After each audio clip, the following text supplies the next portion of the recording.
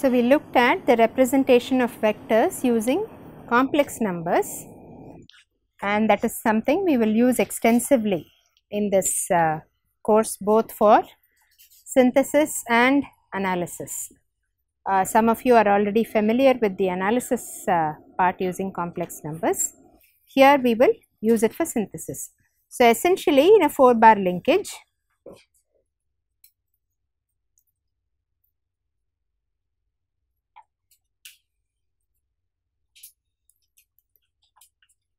you would represent the links as vectors. So, for instance, this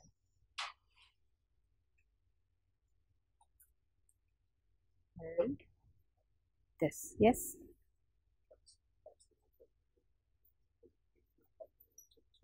Yes, yes. So, I found some, but I am still not completely clear on that. One thing he asked about maxima in between, that is not possible. So, that is not possible because see, you are assuming a linear relationship between the output and the function. So, if the function has a maxima in between, it means you are going to an extreme position and then returning. Okay, so that we do not do synthesis for those kinds of conditions using this method.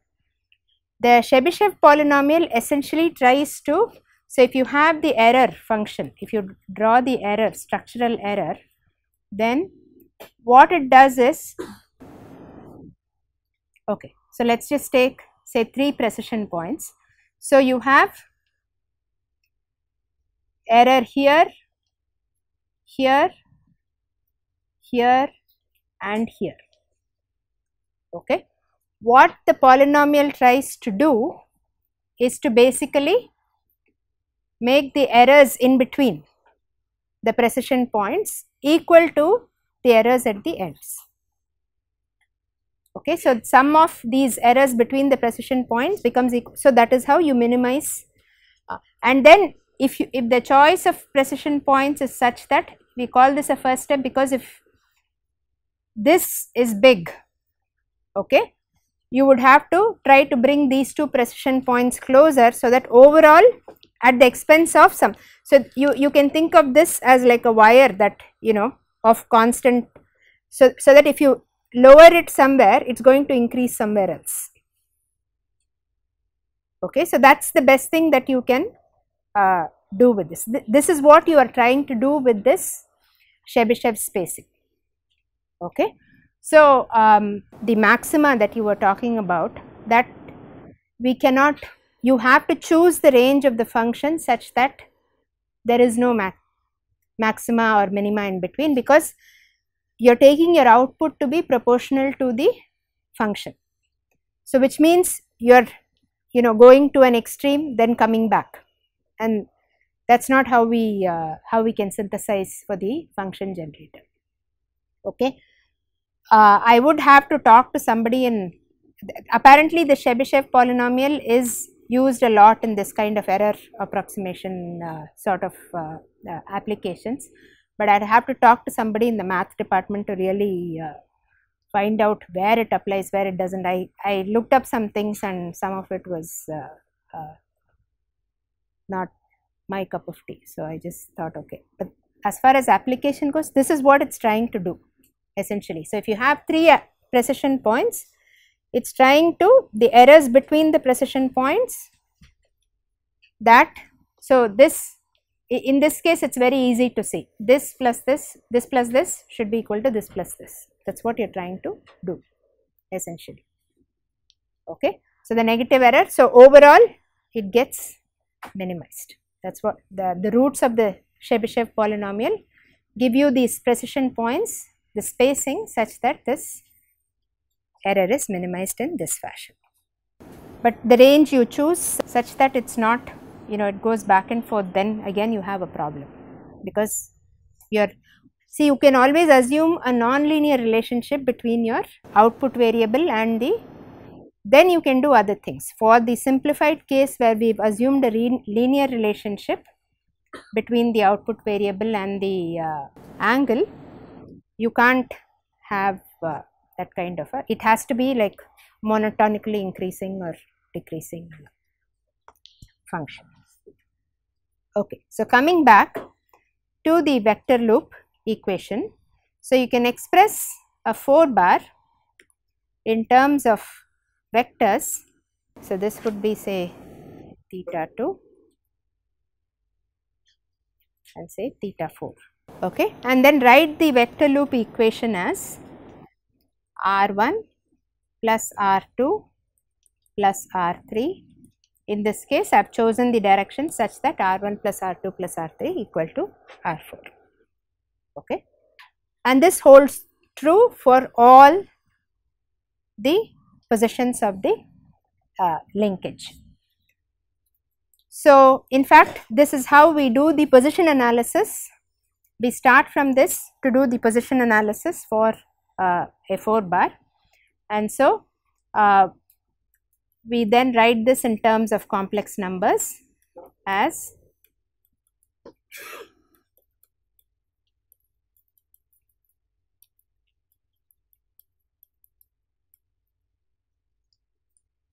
I theta 4, and then I can now look at, if I expand this, I use the Euler identity e power I theta equal to cos theta plus I c sin theta.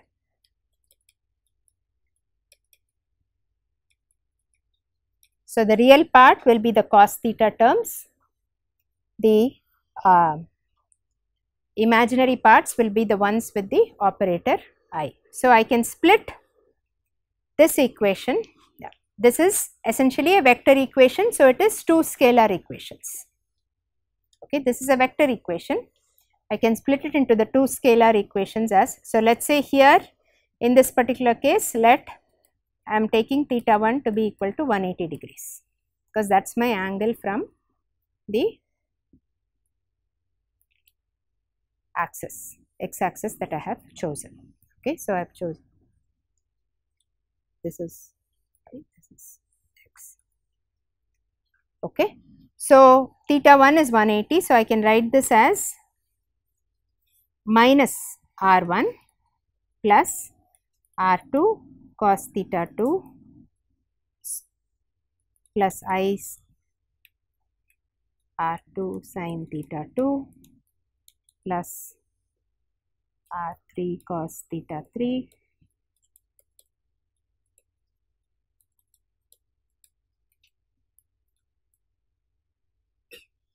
cos theta 4 plus I r4 sin theta 4. So, this gives rise to the scalar 2 scalar equations, which I get by equating the real and imaginary parts.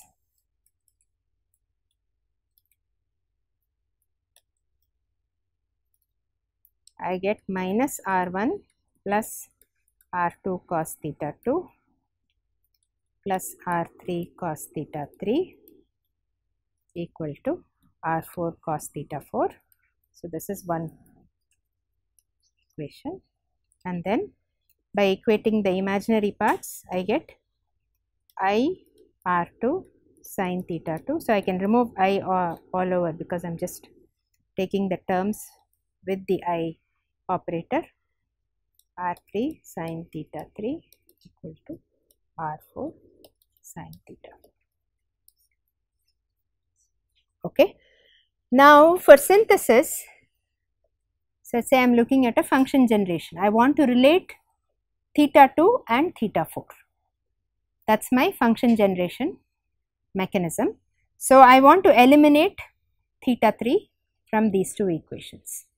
If you look at the form of the equation, the easiest way to do it is to move all the terms containing theta 3 alone to one side.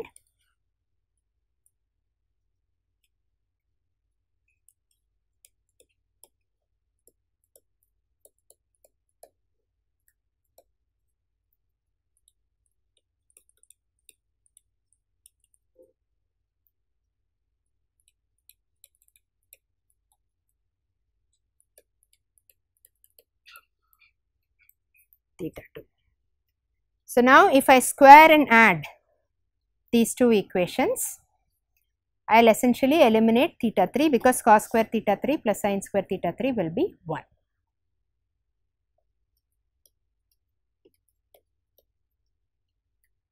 Squaring and adding 3 and 4.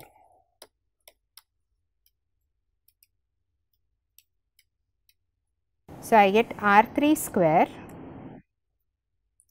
equal to R1 square plus R4 cos theta 4 minus R2 cos theta 2 square. Okay, please stop, correct me if I make a mistake. Cos theta 2 plus R4 square sin square theta 4 plus R2 square sin square theta 2 minus 2 R2 R4 sin theta 2 sin theta 4. So if I expand this further, I get R1 square plus R4 square cos square theta 4 plus R2 square cos square theta 2 minus 2 R2 R4 cos theta 2 cos theta 4 minus 2 R1 R4 cos theta 4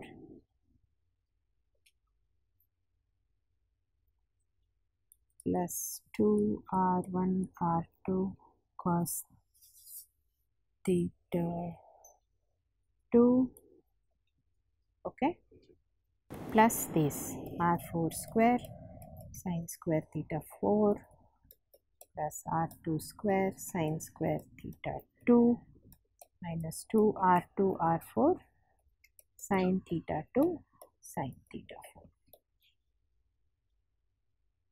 So now I can start combining some of these terms. So I have R4 square cos square theta 4, R4 square sin square theta 4. Okay, so this is R1 square plus R4 square. Again I have R2 square cos square theta 2, R2 square sin square theta 2 plus R2 square.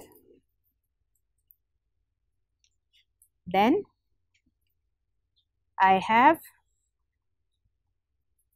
plus 2 R1 R2 cos theta 2 minus 2 R1 R4 cos theta 4 minus 2 R2 R4 into cos theta 2 cos theta 4 plus sin theta 2 sin theta 4.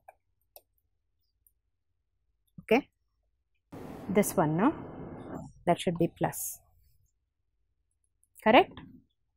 Okay, plus R1 R2 cos theta 4 minus, is that right now? Before I do that, this term here simplifies to cos of theta 2 minus theta 4. Okay, so I get R3 square equal to R1 square plus R2 square plus R4 square plus 2 R1 R4 cos theta 4 minus 2 R1 R2 cos theta 2 minus 2 R2 R4 cos of theta 2 minus theta 4. Okay. Now I divide throughout by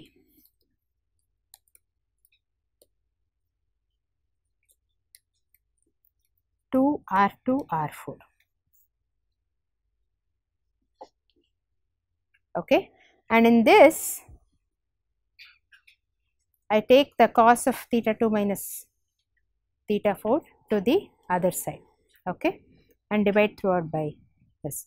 So I get cos of theta 2 minus theta 4 equal to r1 square plus r2 square plus r4 square by 2 r2 r4, okay, plus if I divide this by r2, I get r1 by r2 cos theta 4 minus r1 by r4 cos theta 2. That's it. I get it in this form. Minus r3 square. Yes. Thank you. So I can write this in the form. So if you look at this, these are all link length. This is ratio of link lengths, and it relates theta 2 and theta 4. So, or my phi and psi, as we have been using in the function generation problems. So, this equation is called, so Freudenstein wrote this in the form k naught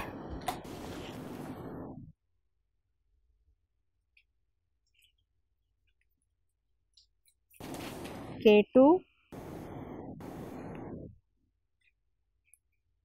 cos theta 4 minus k4 cos theta 2 equal to cos of theta 2 minus theta 4, where this constant k naught is r1 square plus r2 square plus r4 square minus r3 square by 2r1 2r2 r4. K2 is r1 by r2. Okay, let me just write this as, yeah, no, that's fine. And K4 is r1 by r4. Okay. So, these are all the constants k are functions of the link lengths.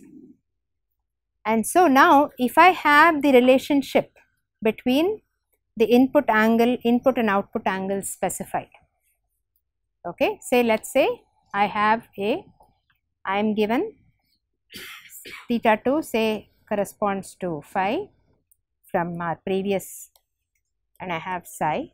So, I am given, I want to synthesize a function generator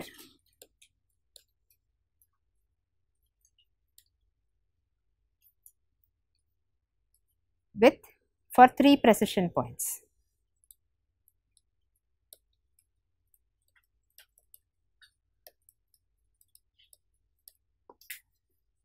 Okay.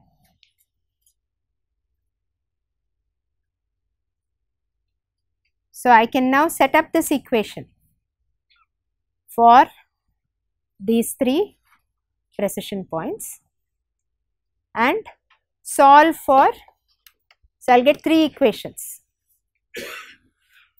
Okay, the constants is what you will determine from those equations. Okay. So, once you determine the constants, then you are basically assuming some value for the say r1, which is what we usually do. For the fixed length, I take a certain unit, say a unit length, then I find r2, r3 and r4 from these 3 equations. Once I do that, I have my linkage. Okay. So, if you look at the process, if you are given, say if you want to say do a function generator, you will be given x and y. Okay. So, to design a linkage for that, you first determine the precision points, then find the corresponding phi's and psi's, then analytically you can solve for the link length. So, you can do the graphical method, or analytically you can use these equations.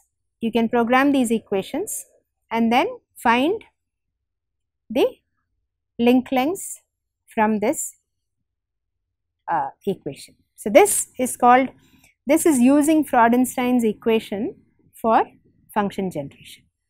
Okay. Let me see if I have.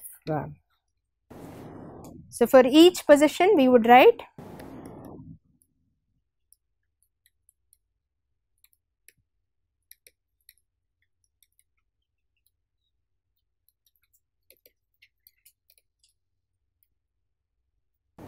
k0 plus k2 cos psi 1 minus k4 cos psi 2 equal to cos of phi 1 minus psi 1. k0 plus k2 cos psi 2 minus k4 cos phi 2 equal to cos of phi 2 minus psi 2. k0 plus k2 cos psi 3 minus k4 cos phi 3 equal to cos of. So, since phi 1, phi 2, phi 3, psi 1, psi 2, psi 3 are known, this is just a system of linear equations in k1, k2 and k3. Okay. So, it is not, you know all the cos terms. Okay. So, you solve for, so this becomes a linear system of equations.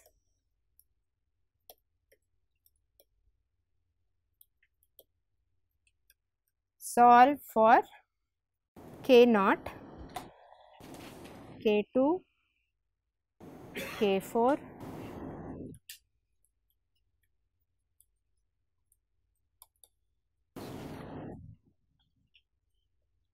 assume one of the link lengths. Remember, it is a function generator, so I can scale it up or down. So, assume one link length, say R1, then solve for R2, R3, R4 to get your this. Then you can use the same equation, same set of equations to do your displacement analysis. Okay, using, so in a different form. So, if I want to look at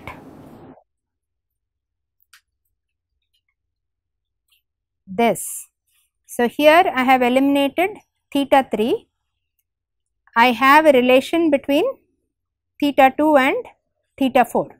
Now, when I do analysis, then I know all my k's. Okay. In fact, we would put it in a different form to do the analysis, but essentially in that case, once you know the link lengths, you would manipulate the same equation in a different form to do the displacement analysis. So, you give theta 2 in the range that you want, you look at theta 4. So, you can even compute the errors. So, in the range that you are looking at, you can compute the error in the structural error in the mechanism for the entire range that you are looking at. Okay. You would essentially, because you have eliminated theta 3 from the equation, theta 2 will be your input angle. So, you can rewrite this equation. Do you want me to do that, or are you all comfortable with it? You can rewrite the same equation, Freudenstein's equation, in terms of just theta 4 to solve for theta 4 for a specific angle theta 2, and you will actually get two values for theta 4. The two values correspond to the two configurations of the linkage. Okay. So, you pick the configuration that suits you and see if it meets the requirements. See, look at the error over the range of the function that you are looking at. So, you would go back and use the same equation for analysis. So, you can set it up as a loop. Okay, look at the error, or you may want to look at, say, the link ratios. So, you get these in terms of link length ratios, right, R1 by R2. If you get very small values for k, then you might end up with a linkage where 2 of the links are very small and 2 are very large. Typically, that is in any linkage where the link lengths are so off, in terms of their dimensions, you will not get good transmission angles. You will not get good force transmission in the linkage. So, it will be so you may want to then go back, and the way you would do that is to change. So, suppose you have 3 precision points. If you go back to our function generation, so yesterday I know Srini had asked me this. So, here is my phi 1, okay, and that gave me a particular solution for 3 precision points, right. This will be phi 2 1, phi 3 1. Now, if I choose a different phi 1, I am going to get a different linkage. So, it does matter where you choose. So, phi 1 is what you can manipulate in order to get a better solution. Okay. So, you can still get the same range. That is why when we say, when we talk of 3 precision points, we are talking about displacements, 2 angular displacements. It is because this may not give you what you want. So, you may have to use the Chebyshev spacing again to modify your starting angle phi 1. Okay. Change phi 1 in order to get, but these two will remain the same. So, phi 2 1, phi 3 1, phi 2 and phi 3 will change, so that phi 2 1 and phi 3 1 remain the same, because you are talking about angular displacements in this function generation.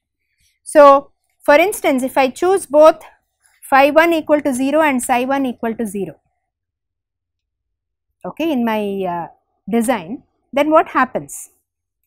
I am having the initial configuration as, so I am going to get a Grashof neutral linkage. So, because that will essentially be at the change point phi. So, that is not desirable. So, typically you want to choose at least phi 1 or psi 1, one of them non-zero, so that you get a more desirable linkage. The desirability you can find out analytically, it is easier. So, here I would have to redo the whole thing if I choose a phi 1 that is not suitable. In the case of the analytical method, once I set up program the equations, then it is very simple for me to run it for other things. I can give, I can say that if the solution, if the ratio between the links is more than 2 or 4 or something like that, the ratio of the links, if I get a larger ratio than that, which means the values of K2 and K4, then I do not want that solution. So, I iterate again. I can do that much more quickly once I set it up in the analytical form. I can also program the calculation of the transmission angles, because again that depends on the link lengths and the input and output angle. Okay. So, this is the way I would, so analytical synthesis can be very much more powerful than graphical synthesis for the same thing when I want to look at these other quantities as well. When I want to look at, say, the quality of the linkage, it is much easier for me to cycle through multiple solutions to meet my requirements as opposed to the graphical method. Graphical method, if I get lucky, get a good solution the first or second time, then I have saved a lot of time, because the initial investment for the analytical method is much more. Okay. So, this is Freudenstein's equation. Now, The other disadvantage with graphical synthesis is that you may not be able to relate derivatives of the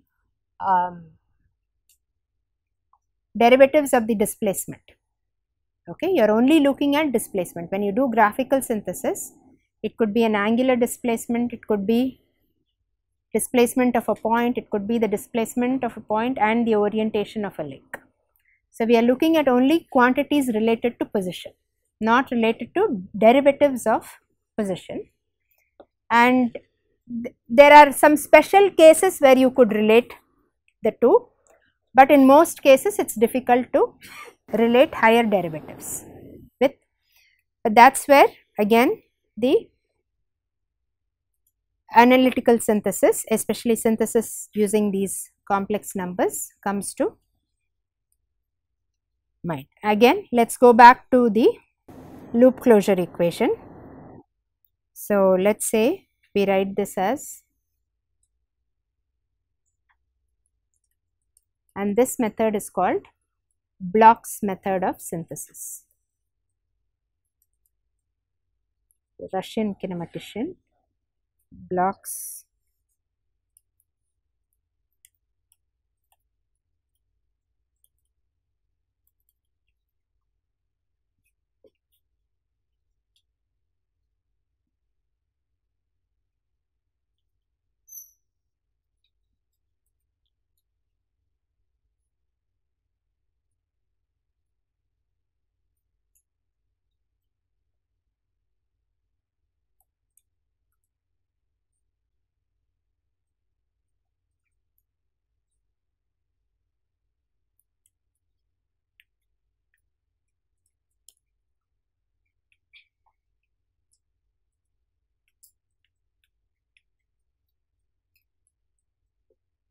I am just choosing the vectors differently each time, just so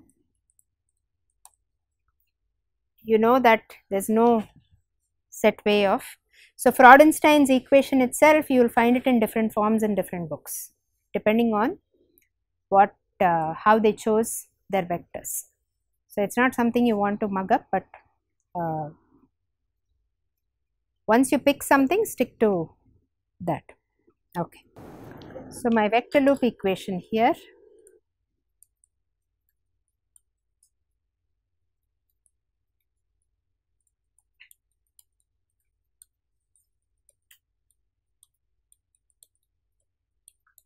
equal to 0.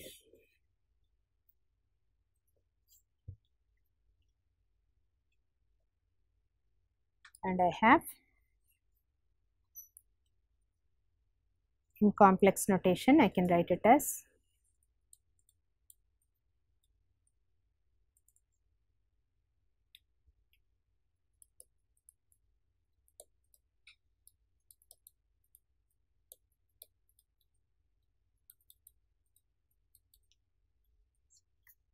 equal to 0. Now, I differentiate this equation with respect to time.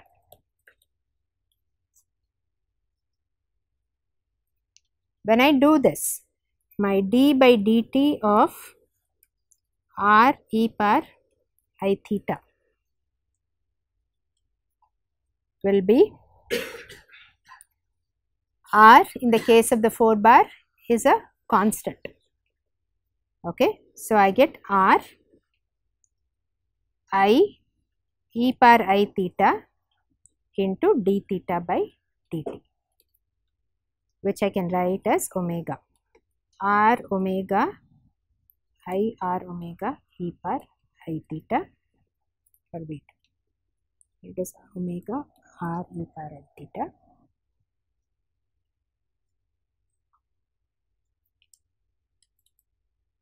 So, I omega r. So, you see here one of the reasons the complex number method is very nice to use with vectors is that, okay, I have this link r, I am looking at the velocity of this link, okay, because this is dr by dt. dr by dt is essentially, if I look at this equation, I have the magnitude of that velocity is omega r, okay, and the direction of that velocity, because you have I operating on this r e power I theta. What did we see? When you operate on a vector with I, you get a counterclockwise rotation by 90 degrees.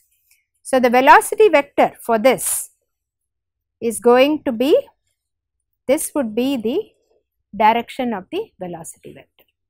So, from this direction you rotate it by 90 degrees, and the magnitude of that velocity vector is omega times r, okay, because this is just I omega r. So, the magnitude of the velocity, so you operate on the vector r by, so you rotate it counterclockwise by 90 degrees and its magnitude is scaled by the angular velocity omega, okay. So, this is assuming this is theta. Typically we assume theta as positive counterclockwise. So, omega, alpha, all those will follow similar this thing. So, this is an aside in terms of the analysis, but you will see that, so if I differentiate this equation, what is the derivative of the first term? r1 e power I theta 1, it is 0 because the fixed link does not change. So, I get 0 plus this one is I omega 2 r2 e power I theta 2 plus I omega 3 r3 e power I theta 3 plus I omega 4 r4 e power I theta 4 equal to 0.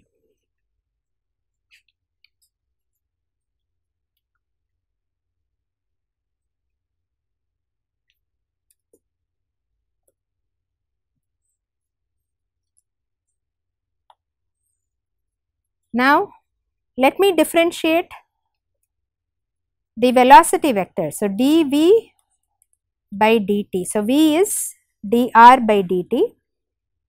The acceleration is dv by dt, okay, which is basically differentiating this equation again, d square r by dt square. So, if I differentiate this, so d by dt of I omega r e power I theta is what I want to differentiate. R is again constant, I can take out I also, I r d by dt of omega e power I theta, okay. So, if I do it, then I get I r into d omega by dt e power I theta plus omega I get another omega e power I theta, chain rule. So, this becomes d omega by dt is my alpha, angular acceleration alpha. So, I have I r alpha e power I theta, I into I minus 1 minus omega square r e power I theta. So, these are my two components of acceleration. and you can see here this component, which I call the tangential component, is again going to be, is of magnitude r alpha and is also perpendicular to the position vector or the link, this r. Okay. Now, if alpha is positive, you will get a counterclockwise. Same thing with omega here, I forgot to mention. If omega is positive, you get a counterclockwise rotation. So, if the same link, if this was the direction of omega, then my velocity vector would be like this. I into the negative omega will give me a clockwise rotation by 90 degrees. Similarly, here the tangential component of acceleration will be perpendicular to the position vector, and this component here, you can see the direction of that is opposite to the position vector. It is along the minus e power I theta, and that component has a magnitude omega square r. You already know this from a rigid link rotating about a pivot. You would have these two components, fixed pivot, you would have these two components of acceleration. A tangential component that is normal to the link and a centripetal component which is towards the pivot about which it is rotating. So, the third equation in this would be when I differentiate this again. So, I would get 0 plus I r2 into alpha 2 plus I omega 2 square e power I theta 2 plus I r3 alpha 3 plus I omega 3 square e power I theta 3 plus I r4 alpha 4 plus I omega 4 square e power I theta 4 equal to. So, these are three equations from the same vector loop equation, but they relate the velocities and the accelerations as well.